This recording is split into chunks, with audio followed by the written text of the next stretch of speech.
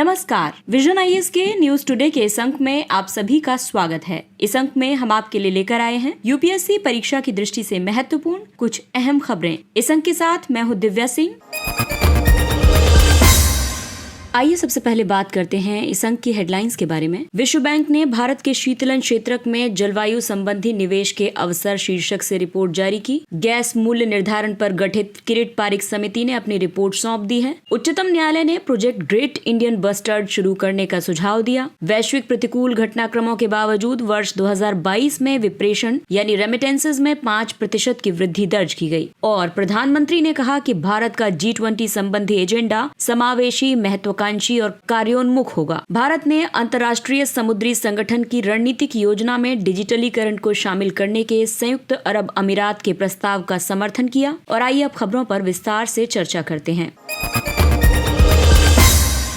विश्व बैंक ने भारत के शीतलन क्षेत्रक में जलवायु संबंधी निवेश के अवसर शीर्षक से रिपोर्ट जारी की। इस रिपोर्ट के मुताबिक वर्ष 2030 तक भारत में 160 से 200 मिलियन से ज्यादा लोगों को प्रतिवर्ष जानलेवा लू और हीट वेव का सामना करना पड़ सकता है। गर्मी से होने वाले तनाव की वजह से लोगों की उत्पादकता में कमी आएगी और इस वजह से वर्ष 2030 तक लगभग 34 मिलियन लोगों को रोजगार खोने के खतरे का सामना करना पड़ेगा। वर्तमान में परिवहन के दौरान गर्मी की वजह से प्रतिवर्ष लगभग $13 बिलियन मूल्य के खाद्य का नुकसान होता है। वर्ष 2037 तक शीतलन की मांग वर्तमान स्तर से 8 गुना ज्यादा होने की संभावना है और इस वजह से अगले 2 दशकों में वार्षिक ग्रीन हाउस गैस उत्सर्जन में 435% की वृद्धि हो सकती है। स्थानों को ठंडा रखने के लिए ऊर्जा दक्षता से जुड़ी नई तकनीकों का उपयोग वर्ष 2040 तक $1.6 ट्रिलियन के निवेश का अवसर प्रदान कर सकता है। और इन सभी प्रभावों को देखते हुए रिपोर्ट में कुछ सुझाव भी दिए गए हैं, जैसे कि निजी और सार्वजनिक दोनों क्षेत्रों द्वारा वित्त पोषित निर्माण गतिविधियों में जलवायु अनुकूल शीतलन तकनीकों को मानक के रूप में अपनाना चाहिए। प्री कूलिंग और रेफ्रिजरेटेड परिवहन में निवेश करने से खाद्य नुकसान को लगभग 76% तक और कार्बन उत्सर्जन को 16% तक कम करने में मदद मिल सकती है। इंडिया कूलिंग एक्शन प्लान के तहत 3 प्रमुख क्षेत्रकों में नए निवेश का समर्थन करने के लिए एक रोड मैप प्रस्तुत किया जाना चाहिए और ये 3 क्षेत्रक हैं: भवन निर्माण, शीत श्रृंखला और प्रशीतक। इसके अलावा हाइड्रोक्लोरोफ्लोरोकार्बन का उपयोग करने वाले उपकरणों की सर्विसिंग, रखरखाव और निपटान प्रक्रिया में सुधार किया जाना चाहिए। इंडिया कूलिंग एक्शन प्लान की बात करें तो ICAP को वर्ष 2019 में शुरू किया गया था। इसका उद्देश्य इमारतों में इंडोर कूलिंग, कृषि और औषध क्षेत्रकों में शीत श्रृंखला और प्रशीतन, यात्री परिवहन में वातानुकूलन जैसे अलग अलग क्षेत्रकों में संधारणीय शीतलन समाधान प्रस्तुत करना है। इसका लक्ष्य वर्ष 2037 से 38 तक शीतलन की मांग को 25% तक कम करना है।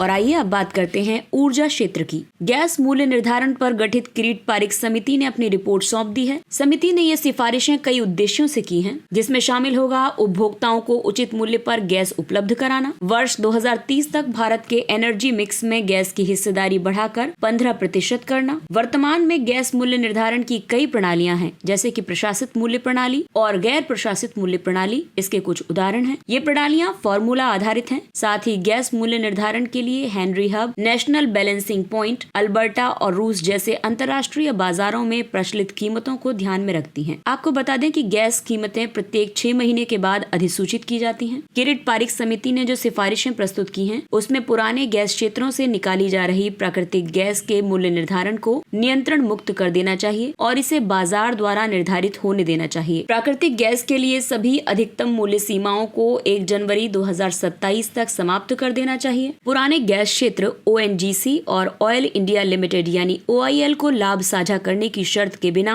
नामित आधार पर दिए गए हैं और इस वजह से सरकार इसकी कीमत को नियंत्रित करती है। राज्य के स्वामित्व वाली कंपनियों द्वारा उत्पादित प्राकृतिक गैस की कीमत को आयातित कच्चे गैस की कीमतों के अनुरूप किया जाना चाहिए। प्राकृतिक गैस को वस्तु एवं सेवा कर प्रणाली में शामिल किया जाना चाहिए। प्राकृतिक गैस के महत्व को देखते हुए भारत ने गैस आधारित अर्थव्यवस्था की ओर बढ़ने की दिशा में कई कदम उठाए हैं। प्राकृतिक गैस के कुछ अन्य लाभ हैं, जैसे कि आर्थिक लाभ। ये जनरली CNG, पेट्रोल और डीजल की तुलना में सस्ती है। इसके अलावा इसके पर्यावरणीय लाभ भी हैं, क्योंकि इसके दहन से पार्टिकुलेट मैटर का बहुत कम उत्सर्जन होता है और इस वजह से ये पर्यावरण के अनुकूल है। साथ ही ये जलवायु परिवर्तन शमन से जुड़ी प्रतिबद्धताओं को पूरा करने में मदद करती है। प्राकृतिक गैस के उपयोग को बढ़ावा देने के लिए कई कदम उठाए गए हैं। प्राकृतिक गैस के घरेलू उत्पादन को बढ़ाने के लिए प्राकृतिक गैस विपणन में सुधारों की घोषणा की गई है। गैस अवसंरचना स्थापित करने के लिए वर्ष 2024 तक $60 अरब के निवेश की योजना बनाई गई है। इसमें गैस पाइपलाइन और सिटी गैस डिस्ट्रीब्यूशन नेटवर्क स्थापित करने की योजना भी शामिल है। प्रधानमंत्री ऊर्जा गंगा परियोजना और पूर्वोत्तर गैस ग्रिड परियोजना विकसित करके देश के पूर्वी एवं पूर्वोत्तर हिस्से को गैस ग्रिड से जोड़ा गया है।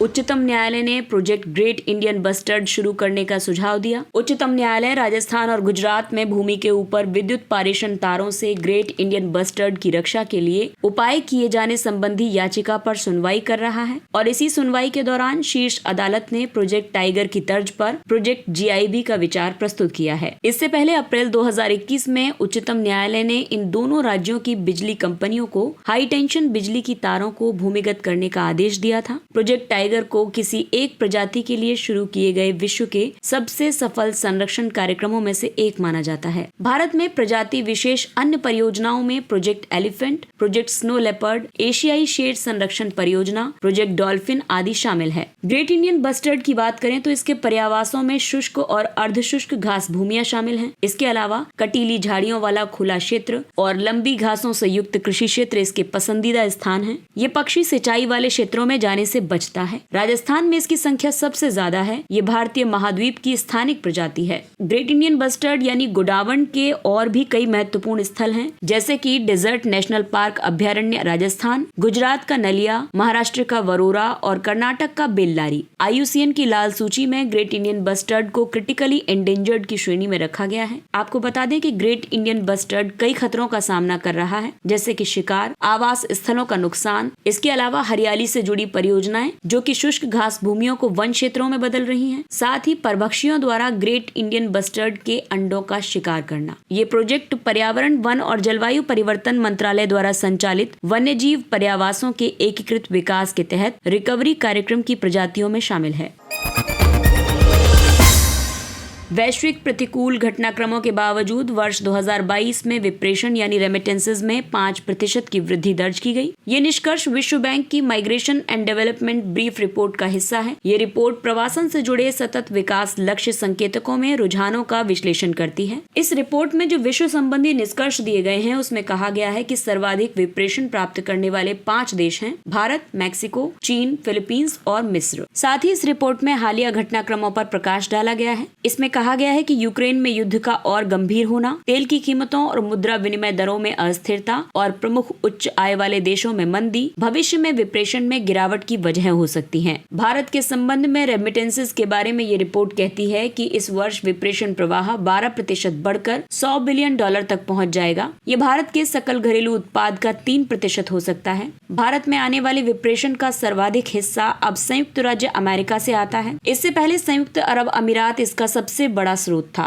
दरअसल विप्रेषण प्रवाह बढ़ने के कई कारण हैं। संयुक्त राज्य अमेरिका और आर्थिक सहयोग एवं विकास संगठन के अन्य देशों में वेतन वृद्धि और मजबूत श्रम बाजार। भारत में विप्रेषण में संयुक्त राज्य अमेरिका, यूनाइटेड किंगडम और सिंगापुर की हिस्सेदारी बढ़ी है। वहीं खाड़ी सहयोग परिषद के 5 देशों सऊदी अरब, संयुक्त अरब अमीरात, कुवैत, ओमान और कतर की हिस्सेदारी घटी है। दरअसल विप्रेषण का महत्व इसलिए भी है क्योंकि ये निम्न और मध्यम आय वाले देशों के लिए पारिवारिक आय का महत्वपूर्ण स्रोत है। विप्रेषण गरीबी को कम करता है, पोषण की स्थिति में सुधार लाता है, उपयुक्त वजन वाले बच्चों का जन्म सुनिश्चित करता है और विद्यालयों के नामांकन दर में सुधार करता है। साथ ही ये निवेश और ऋण तक पहुँच के माध्यम से समृद्धि दर को बढ़ाने में मदद करता है।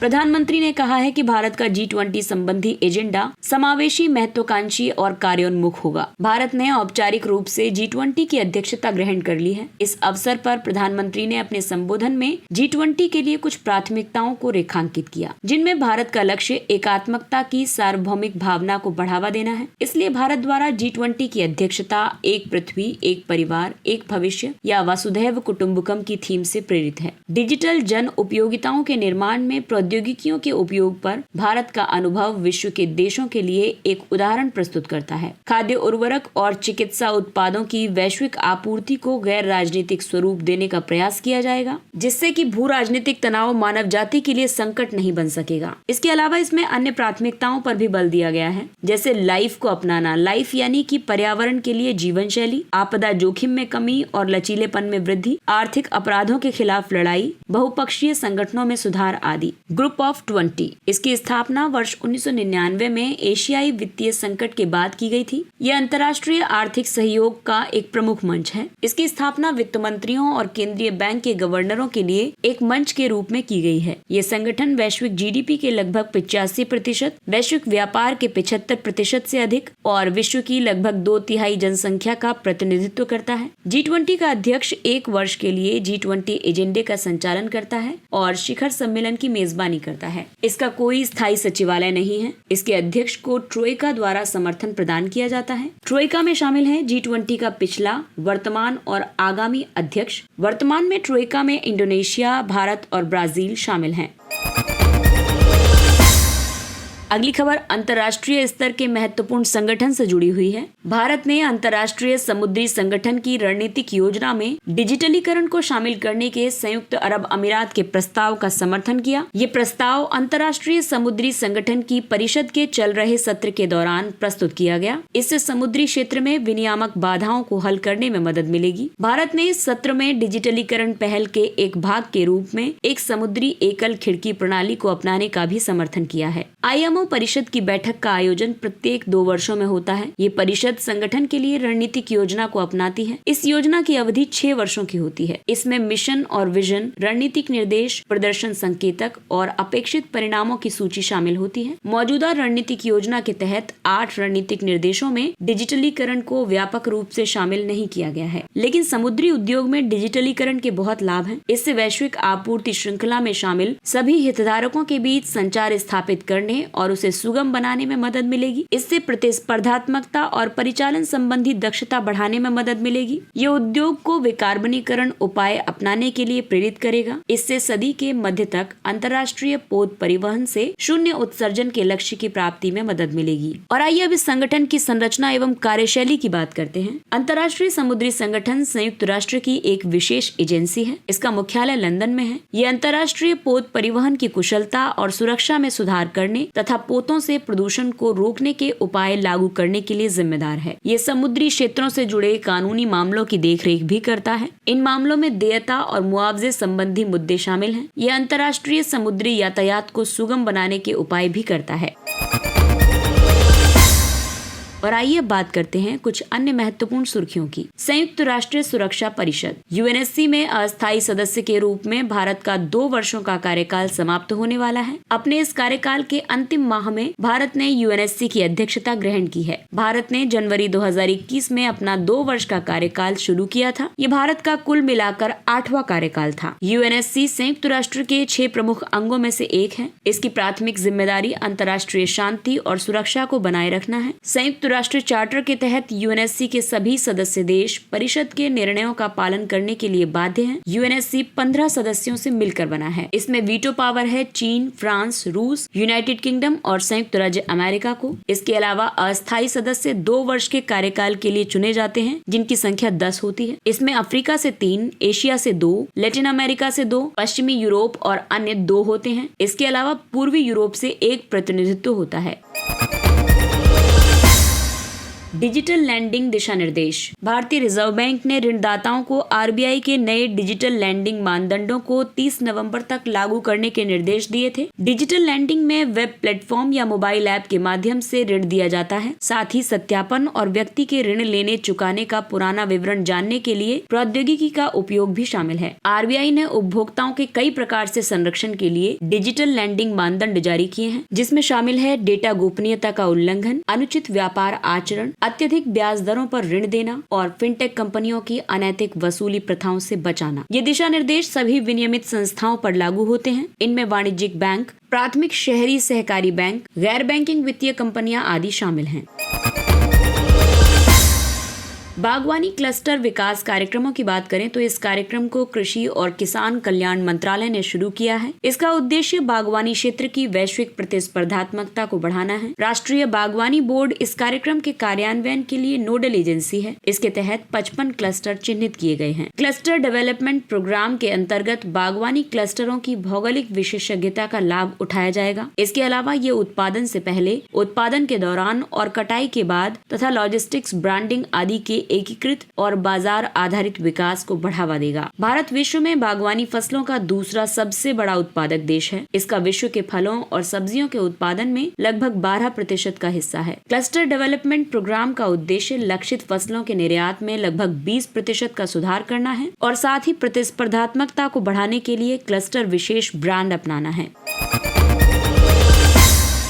अगला टॉपिक है मातृ मृत्यु अनुपात। भारत के रजिस्ट्रार जनरल के मुताबिक MMR में गिरावट दर्ज की गई है। ये वर्ष 2014-16 में 130 था, जो वर्ष 2018-20 में घटकर 97 हो गया है। MMR एक निर्धारित समय अवधि के दौरान प्रति 1 लाख जीवित जन्मों पर मातृ मृत्यु की संख्या है। भारत ने राष्ट्रीय स्वास्थ्य नीति के तहत MMR के लिए निर्धारित लक्ष्य को प्राप्त कर लिया है। इस लक्ष्य के तहत प्रति लाख जीवित जन्मों पर 100 से कम MMR निर्धारित किया गया था। इसके अलावा वर्ष 2030 तक प्रति लाख जीवित जन्मों पर 70 से कम MMR के सतत विकास लक्ष्य को प्राप्त करने की दिशा में भी एक उपलब्धि है। MMR में सुधार के लिए कई पहलें शुरू की गई हैं, जैसे कि सुरक्षित मातृत्व आश्वासन यानी सुमन योजना, प्रधानमंत्री सुरक्षित मातृत्व अभियान और लक्ष्य तथा मिडवाइफरी पहलें।